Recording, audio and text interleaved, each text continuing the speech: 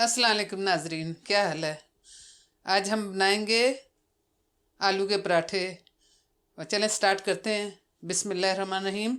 मैंने यहाँ लिए हैं 650 ग्राम आलू, जो मैंने बॉईल करके हाफ़ टी स्पून नमक डाला था, गला लिए हैं। आपके सामने मैश करने लगी। बिस्मिल्लाहिर्रहमानिर्रहीम। ये देखें नाजरीन, मैंने इसे अच्छी तरीके से मैश कर लिया। अब हमें मसाले चाहिए। बिस्मिल्लाहिर्रहमानिर्रहीम। 1 टीस्पून दरदरी मिर्च, 1/4 टीस्पून सफ़ेद मिर्च दखनी मिर्च, पिंच हल्दी, हाफ़ टी स्पून गर्म मसाला, हाफ़ टी स्पून ज़ीरा और धनिया दोनों मैंने मिक्स पीसे हुए हैं। ये 1/4 टीस्पून जिंजर पाउडर, 1/4 टीस्पून लहसुन पाउडर, 1/4 टीस्पून अजवाइन, 1 टीस्पून अनारदाना पाउडर, 1 टीस्पून नमक, एक दरमियाना प्याज जो मैंने फ्राई करके रखा हुआ है, 1 टेबल स्पून पुदीना, ये मैंने धो के फ्रीज़ किया हुआ है, 1 मुट्ठी हरा धनिया। इनको अच्छी तरीके से हाथ से मिक्स कर लें। मैं पसंद करती हूँ हाथ से मिक्स करना। जब अच्छी तरीके से मिक्स हो जाए तो आपने इसे आधे घंटे के लिए फ्रिज में रख देना है। ये देखें नाजरीन, अब हमें फ्रिज में रखे हुए नाजरीन मुझे ये 15 मिनट हुए हैं फ्रिज में रखे हुए, लेकिन आप इसे आधा घंटे के लिए ज़रूर रखें। अब हम इसके जितने हमें फिलिंग चाहिए उसके उतने हम पेड़े बना लेते हैं। लाइक मुझे ये इतनी चाहिए मुझे एक पराठे के लिए। 5 फिलिंग बन गई, 5 पराठे बन जाएंगे इजली, लेकिन आप अपनी मर्ज़ी के मुताबिक बना लें। मैंने आलू एक साइड पे रख लिए हैं। ये आटा मैंने गूंद के रखा हुआ है। आपको मेरी वीडियो लिंक मिल जाएगा, आटा गूंदने वाला मैंने दिया हुआ है। आपने ज़्यादा नरम भी नहीं रखना और ज़्यादा ढीला भी नहीं रखना, ज़्यादा सख्त भी नहीं रखना। ये देखें दरमियाना। अब हम पेड़े जितने हमें चाहिए हम पेड़े बना के बिस्मिल्लाह। मैं आपको 2 तरह के बताती हूँ फिलिंग कैसे की जाती है। थोड़ा आलू वाला जब पराठा बनाए थोड़ा पेड़ा बड़ा रखना चाहिए, इससे बड़ा आप रख सकते हैं। मैं इतने बना रही हूँ। बिस्मिल्लाह। नाज़रीन मेरे पेड़े बन चुके हैं। 2 मैंने छोटे बनाए। ये मैं 2 तरह की आपको फिलिंग का बताऊँ कैसे करते हैं। मेरे आलू भी तैयार हैं और ये मैंने आधा मक्खन और आधा जैतून का तेल गर्म करके मिक्स कर लिया। ये हम पराठों के लिए तैयार किया मैंने। ये देखें, आपने ऐसे करना। अब इसको ये देखें, आपने इसको बेलना नहीं है बेलने से, बल्कि अपने हाथों की मदद से। ये देखें, बीच में थोड़ी मोटी है, साइडें पतली हो गई हैं।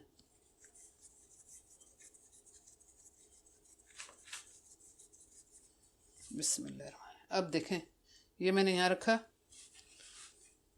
बिस्मिल्लाह। ये देखें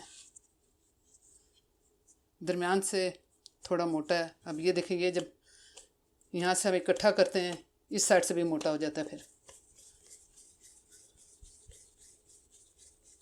ये हमारा तैयार है एक। इसी तरह हम इन दोनों में भी भर लेंगे। फिर मैं थर्ड वन आपको बताती हूँ।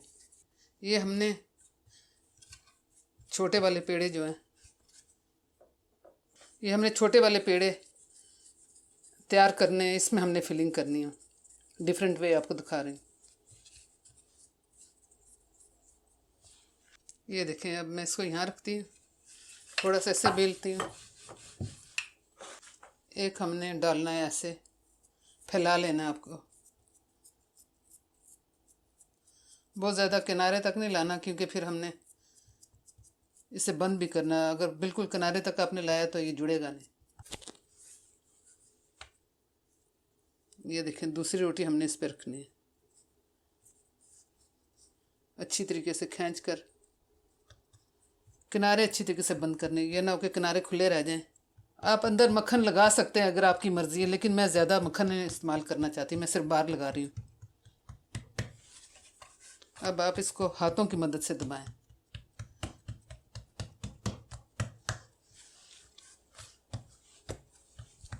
देखिए आपका आटा नरम है, इसलिए ये हाथों की मदद से आराम से हो रहा है। अब चाहें तो आप बेलन इस पर थोड़ा सा बेलन से इसे बड़ी कर लें जेंटली। ज़्यादा अपने बड़े नहीं करने, क्योंकि आलू वाले पराठे थोड़े से मोटे अच्छे लगते हैं। देखिए नाज़रीन, अब ये हो गया बड़ा। अब तवा मैंने रख दिया है।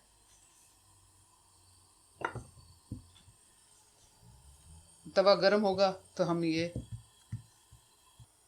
बिस्मिल्लाह थोड़ा सा इसमें घी डाल लें ताकि चिपक ना जाए पराठा। अब आपने पराठा डाला, बिस्मिल्लाहिर्रहमानिर्रहीम। जब तक हमारा पराठा वो बन रहा है तवे पर, हमने दूसरा बेलना है। इसे भी दबाएं ऊपर से अच्छी तरह। ये देखिए, जेंटली दबाकर फिर इसे जेंटली जेंटली जेंटली इसको रोल करें। अगर ज़्यादा आपने दबाया तो फिलिंग निकल जाएगी। मुझे अच्छा लगता है क्योंकि नरम आटा है, मुझे अच्छा लगता है हाथ से थोड़ा दबाया जाए। बिस्मिल्लाह, ये नीचे से हो गया। बिस्मिल्लाह। अभी मैंने गैस जो है वो हाई फ्लेम पर रखा हुआ है, लेकिन अब मैं इसे दरमियाने में करने लगी हूँ। आपने बहुत ज़्यादा जल्दी से बनाना नहीं है। देखें नाज़रीन, एक साइड हो गया, ये देखें। इस स्टेज पे आपने बिस्मिल्लाह मक्खन लगाना।